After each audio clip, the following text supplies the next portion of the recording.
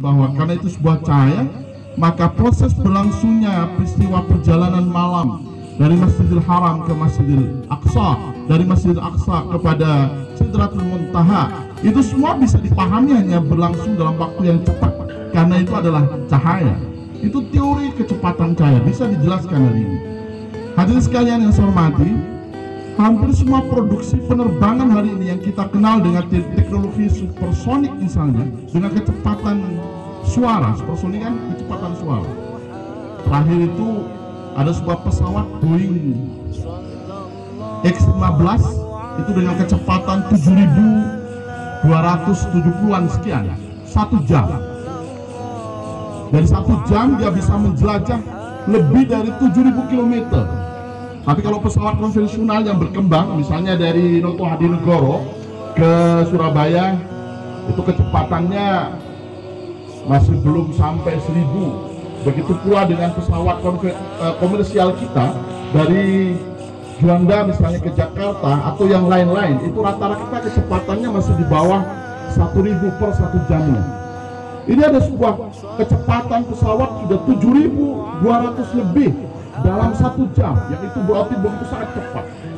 Artinya dengan berbagai teori kecepatan maka Isra dan Mi'raj bisa dipahami, itu bisa dijelaskan bahwa Rasul dalam proses perjalanannya bukan hanya perjalanan ruh saja seperti banyak sebagian kalangan, tetapi ruh wa jasadihi, ruh dan sekaligus juga jasad. Hadirin sekalian yang saya hormati, karena ini sebuah peristiwa besar maka tentu perintahnya juga besar. Pesan yang dibawa oleh Rasulullah juga adalah pesan yang besar. Apa pesan besar itu? Yaitu adalah sholat 5 waktu kepada kita. Yang lain kan kewajiban-kewajiban lain itu melalui perantara. Sementara sholat itu disampaikan peristiwanya dan perintahnya langsung dari Allah Subhanahu wa Ta'ala kepada kita. Itu artinya bahwa kedudukan sholat sangat khusus, sangat penting, sangat strategis dan spesial bagi umat manusia. Hadirin sekalian yang saya hormati, hari ini soal manfaat sholat sudah diuraikan luar biasa. Banyak penelitian yang sudah membuktikan soal manfaat sholat itu. Ada seorang profesor di Universitas Islam Negeri Sunan Ampel Surabaya tahun 2000 pernah mengangkat dalam tema disertasinya, temanya itu soal terapi sholat tahajud terhadap imunitas, terhadap kekebalan tubuh dengan pendekatan yang kita kenal dengan psikoneuroimunologi. Nah, Profesor Muhammad Saleh yang sekarang jadi profesor itu, sekarang beliau dekan di Fakultas Sains dan Teknologi dan Psikologi di Universitas Islam di negeri di Sunan Ampel Surabaya. Dia melakukan penelitian pada tahun 2000. Salah satunya adalah apakah sholat tahajud itu berdampak bagi kekebalan tubuh atau tidak. Ternyata setelah dilakukan penelitian bahwa sholat tahajud yang dilakukan dengan benar, yang dilakukan dengan ikhlas, yang dilakukan dengan khusyuk, itu berdampak bagi kekebalan tubuh seseorang, sehingga seseorang itu tidak mudah terjangkit oleh virus, bakteri maupun yang lainnya, sehingga kemudian tubuhnya menjadi lebih sehat.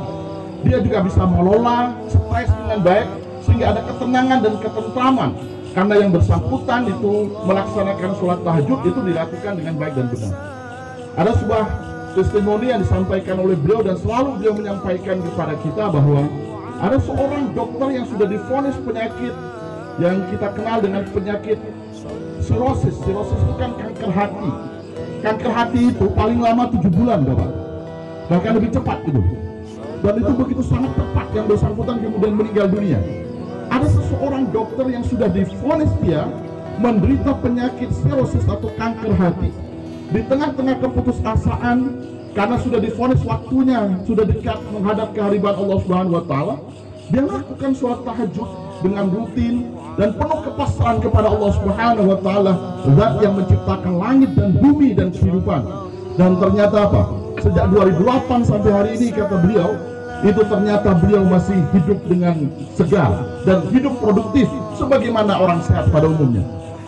Itu artinya bahwa sholat itu memiliki dampak kesehatan yang luar biasa ketika sholat itu dilakukan dengan baik dan benar, ketika sholat itu dilakukan dengan ikhlas, ketika sholat itu dilakukan dengan khusyuk dan tumakninah.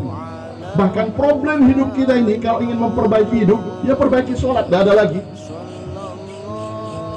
Kalau kita banyak masalah, banyak problem, banyak hambatan, banyak masalah yang dihadapi dalam kehidupan keluarga, kehidupan masyarakat, dan segala macamnya, maka tidak ada jalan lain kecuali kita memperbaiki sholat. Sholat itu sarana untuk memperbaiki hidup kita. Kalau hidup kita ini ingin baik hidupnya, ya perbaiki melalui sholat itu. Makanya Allah Subhanahu wa Ta'ala di dalam Al-Quran berfirman, "Wasta'inu bis-sabri was-shalah, wa innaha lakabiratun illa 'alal khashi'in alladzina yadhunnun annahum mulaqu rabbihim wa annahum ilaihi raji'un."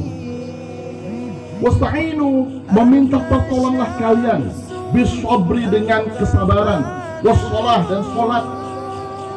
Wasta'inu bis-sabri was-shalah, meminta pertolonganlah kalian kepada Allah Subhanahu wa Ta'ala melalui kesabaran dan sholat.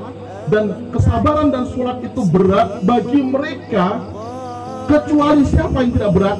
Alladzina yadhunnun annahum mulaqu rabbihim, bagi mereka yang memandang bahwa dia akan berjumpa dengan Allah, wa ilaihi raji'un, dan kepadanya ia akan kembali. Artinya sholat itu berat.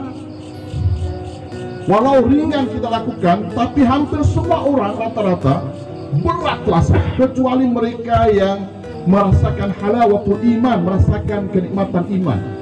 Tapi bagi mereka yang mungkin sholatnya sekedar menggugurkan kewajiban, maka sholat itu bisa dipastikan berat. Orang bisa kuat yang lain, tetapi sholat belum tentu kuat. Apalagi waktu subuh, sholat subuh berjamaah itu lebih berat lagi. Apalagi sholat malam lebih berat lagi. Walaupun hanya 2 rakaat, terasa lama dan terasa berat. Sholat itu menjadi ringan itu kepada mereka yang meyakini bahwa dirinya akan berjumpa dengan Allah dan meyakini dirinya akan kembali ke hadirat Allah Subhanahu wa Ta'ala. Tapi bagi mereka yang di luar itu, maka sholat itu menjadi berat, pasti terasa berat. Zuhur terasa berat, asar juga terasa berat, maghrib juga terasa berat, isya terasa berat, subuh apalagi akan semakin terasa berat. Hadirin sekalian yang saya hormati, peristiwa Isra dan Mi'raj Nabi besar Muhammad SAW ini sesungguhnya bagi kita adalah memiliki manfaat untuk mengingatkan kepada kita bahwa kita ini berbeda dengan orang lain di luar Islam, itu karena sholat kita. Al-farqu bainal muslimin wal kafirin as-shalah. Yang membedakan antara orang Islam dengan orang yang bukan Islam itu sholatnya. Kalau kita walaupun muslim di KTP, tetapi kita tidak melaksanakan sholat, tak ada bedanya kita ini dengan mereka yang kafir sekalipun. Karena yang membedakan kita umat Islam dengan umat yang lain itu adalah sholat. Begitu pula sholat itu menjadi amal pertama kali yang akan dihisab oleh Allah Subhanahu wa Ta'ala ketika kita kembali ke hadiratnya.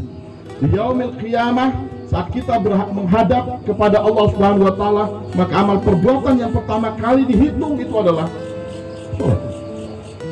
Begitu pula dengan selanjutnya dan selanjutnya. Intinya adalah bahwa sholat itu sarana bagi kita untuk menyelesaikan berbagai persoalan dan hidup kita. Kalau ingin memperbaiki hidup, ya perbaiki sholat. Dan orang yang melaksanakan sholat dengan khusyuk dan tumakninah, maka akan mendatangkan ketenangan dan ketentraman, sehingga yang bersangkutan bisa mengelola stres, dan dengan ketenangan dan ketentraman, maka masalah yang dihadapi itu bisa diurai berlahan-lahan dengan baik. Karena sesungguhnya hidup ini adalah sebuah ujian yang tanpa henti. Masalah satu selesai, timbul masalah lain, dan begitu seterusnya. Karena itu solusi yang diberikan Allah Subhanahu wa Ta'ala ya dengan menjaga sholat kita. Rumah kita ini, rumah-rumah kita biar bercahaya. Rasul mengajarkan kita dengan membaca Quran dan sholat di dalamnya. Nawwiru buyutakum bisholati wa qiraatil Quran. Hiasi rumahmu itu dengan sholat dan membaca Quran. Jadi kalau ingin rumah kita bercahaya, cahaya itu artinya adalah memancarkan kegembiraan, kebahagiaan, ketenangan, kesakinaan, kemawaddahan di dalamnya. Ya, hiasi rumah kita itu dengan sholat dan sekaligus dengan membaca Quran.